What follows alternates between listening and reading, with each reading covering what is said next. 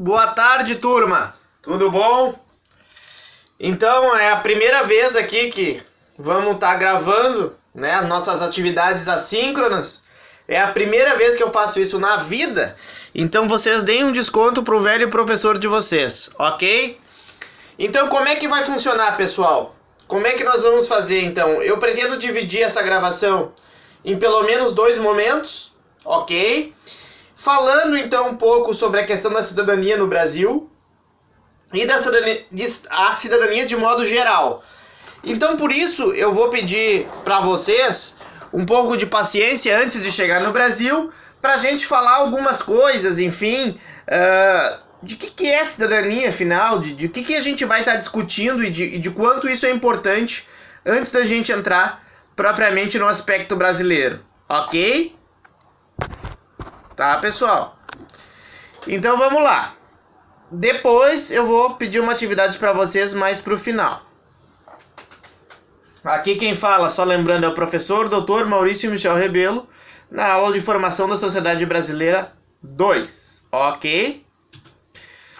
Bom, pessoal, esse livro, tá, da Célia Kertenetsky, que vocês estão vendo aí, esse livro ele é bastante importante para discutir algumas questões relacionadas ao estado de bem-estar social, ok? Então, assim, o que é um estado de bem-estar social? Como é que nós podemos qualificar ele? Tá? O conceito fraco dele é aquilo que vocês estão lendo aí: país no qual o bem-estar dos membros da comunidade é garantido por meio de serviços sociais organizados pelo Estado. Mas para a gente debater estado de bem-estar social, nós temos que voltar um pouquinho, tá, pessoal? Um pouquinho para trás e ver algumas questões. Então, vamos começar vendo então um pouquinho da cidadania. Relembrando, tá, pessoal? A origem da palavra, do sentido, é a origem grega, tá? Que distinguia, isso é uma questão importante para vocês se darem conta. Ela distingue a parcela importante da população, tá? Quando o tio Maurício, professor de vocês, falou em Teoria Política 3 que mulheres, escravos, estrangeiros, entre outros, não votavam na Grécia Antiga, na polis grega, antes de Cristo, tá? Significa que somente uma parcela pequena da população tinha acesso àqueles direitos. E eram, portanto, uma parcela pequena de cidadãos.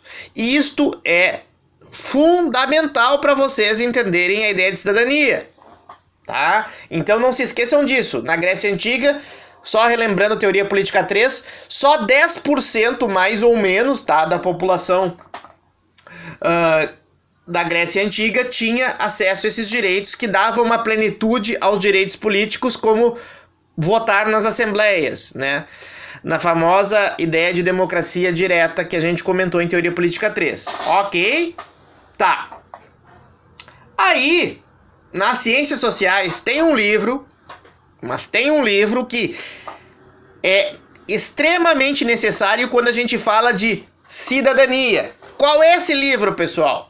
É Cidadania, Classe Social e Status, que foi publicado logo após a Segunda Guerra Mundial. O autor é Thomas Marshall, tá? Então esse livro ele é imprescindível para a gente discutir a cidadania no Brasil. Por que esse livro ele é imprescindível? Porque ele vai fazer uma evolução histórica, tá? Principalmente um capítulo bem específico desse livro, dos direitos civis, políticos e sociais, tá? Nessa ordem. Já vamos comentar aqui na sequência. Direitos civis no século XVIII, tá? Relembrando, século XVIII vai de 1701 a 1799, ok? Não vão fazer confusão. Os direitos civis, eles prevêem uma liberdade e uma igualdade formal. O que significa isso, professor? Significa que as pessoas têm um direito, né, constituído e têm uma igualdade em forma de direito, ou seja, ninguém pode ser preso sem justificativa, as pessoas têm que ter certas garantias perante ao Estado que não vão ser prejudicadas por ele, tá? No direito, em geral, nós chamamos isso de direitos de primeira geração. Vocês vão lembrar então do professor Gustavo lá, que encheu o saco de vocês, imagino, com os contratualistas, não é? Não é verdade? Então, quando vocês tiveram que ler aquelas coisas que para alguns é chato, lá do Hobbes, Rousseau e Locke, vocês vão ter em Locke, então, o primeiro liberal, né? A gente geralmente considera ele o primeiro liberal. Evidentemente que, por favor, em termos históricos, é difícil atribuir a primeira pessoa, né? Mas naquele momento histórico, então, a gente não vai perder tempo aqui, vocês já viram isso em Teoria Política 1, tá? A gente chama de direitos negativos. O que são direitos negativos? A primeira vez que eu ouvi isso, eu disse, meu Deus, mas existem direitos negativos? Não é que os direitos sejam negativos, é a negação do que o Estado não pode interferir, como propriedade, vida e liberdade. Então hoje, em todas as democracias, por exemplo, a gente acredita que o Estado não possa vir a interferir na nossa liberdade, na nossa vida, tá? Então ninguém pode ser preso, por exemplo, se não houver o justo processo legal. Esses direitos, inclusive, tá, eles estão previstos no nosso chamado Quinto Constitucional. Para quem não sabe, nós temos vários desses direitos de primeira geração ali colocados, ok, pessoal? Então, quem quiser dar uma olhada na nossa Constituição, vale a pena. Aqui não cabe, nós não temos tempo para isso. Para resumir, então, esses direitos civis, nós temos liberdade de ir e vir, liberdade de imprensa, de pensamento e de fé. E, sobretudo, direito à justiça, né? Todas as pessoas, elas têm que ter esse direito de acesso à justiça. Senão, evidentemente, não adianta ter uma justiça somente para ricos, por exemplo. Seguindo, então, pessoal, no século XIX, nós teremos, então, no país que o Marshall está se colocando. Ele está falando dessa evolução de direitos no país dele, se eu não me engano, ele é inglês, tá? Direitos, sobretudo na Inglaterra, que é a referência intelectual muitas vezes para esses direitos liberais, ok? Mas isso também ocorre em outros países, não necessariamente exclusivamente na Inglaterra. No Brasil é um pouco diferente, como nós vamos ver mais tardiamente, ainda nessa aula. Então, direitos políticos são quando as pessoas progressivamente podem votar, podem se candidatar também, tá? E participar do governo. Hoje, a geração de vocês talvez ache muito natural a questão de votar e poder ser votado. Mas isso foi um tortuoso e longo processo, tá, pessoal? Nós vimos isso em Teoria Política 3. Essa questão demorou muitos anos. É por isso que às vezes eu falo que a geração mais nova não valoriza tanto, né, os direitos adquiridos ao longo de todo esse processo, porque não vivenciou, talvez, inclusive, séculos anteriores. Então, isso significa ter direitos políticos, sufrágio universal e vinculação à representação política. Ou seja, não basta a gente poder votar, a gente tem que se organizar politicamente, formar partidos e poder ser votado, tá?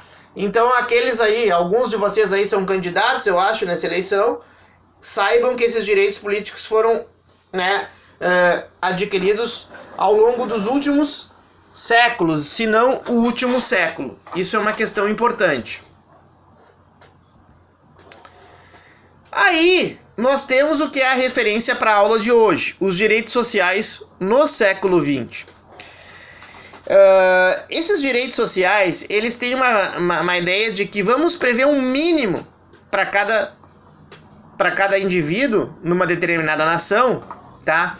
Em termos de saúde, educação, segurança, ok? Inclusive eu gostaria que vocês fizessem um exercício para pensar agora um pouquinho que vai ser talvez uma tarefa importante para a gente pensar, que é qual é o mínimo de renda, por exemplo, eu sempre pergunto isso nessa aula, e não vai ser diferente só porque é remoto, que a gente precisa ter. Vocês já pensaram sobre isso? Né? Quanto é que nós temos que dar ao cidadão brasileiro ou à cidadã brasileira um mínimo para viver? Vocês acham esse debate chato? Pois saibam que esse é um debate mais importante atual do Brasil, que é sobre a ideia de renda cidadã e o auxílio emergencial e Bolsa Família. É o assunto mais importante, porque ele envolve discussão de macroeconomia, sim, também. Então, o que eu quero mostrar para vocês é que essa questão dos direitos sociais, elas são extremamente relevantes ainda para o debate atual, continuam sendo, né? E a gente tem que se pensar até que ponto os nossos serviços oferecidos pelo Estado brasileiro, hoje, em termos de educação, saúde, são satisfatórios, sim ou não, tá? E isso é um pouco da ideia de que a gente vai discutir depois no caso brasileiro. Então, para resumir, nós temos os direitos civis, os direitos políticos e agora os direitos sociais, tá? E esses direitos sociais, então, são, digamos assim, o cerne do debate dos direitos de última geração, né, de terceira geração, geralmente falado no direito, segunda e terceira geração, tá? Pra gente estar debatendo hoje aqui na nossa aula. Voltando à noção, então, de estado de bem-estar social. Vocês vão ver outros nomes relacionados a estado de bem-estar social, como proteção social, seguridade, políticas sociais, estado-providência, enfim. No handbook of, tá escrito errado ali, social policy, é of social policy, tá? O que significa, então, uma definição mais curta sobre bem-estar social? É uma condição ou estado do bem-estar humano que existe quando as necessidades das pessoas são satisfeitas, os problemas são administrados e as oportunidades maximizadas. Aí vocês me perguntam, professor, essa discussão, ela não é uma discussão muito abrangente? Ela não é uma discussão complicada de ser realizada? E eu digo para vocês, é extremamente complicada. O que é uma necessidade, né? Eu gosto de interagir com vocês nessa aula, vocês podem estar aí me ouvindo neste horário e façam o seguinte exercício, pessoal. Quanto é, no Brasil, uma renda mínima para as pessoas poderem comer minimamente satisfatoriamente? Pensem aí com vocês, eu não vou falar nada. É R$100? É 500? É 1.000?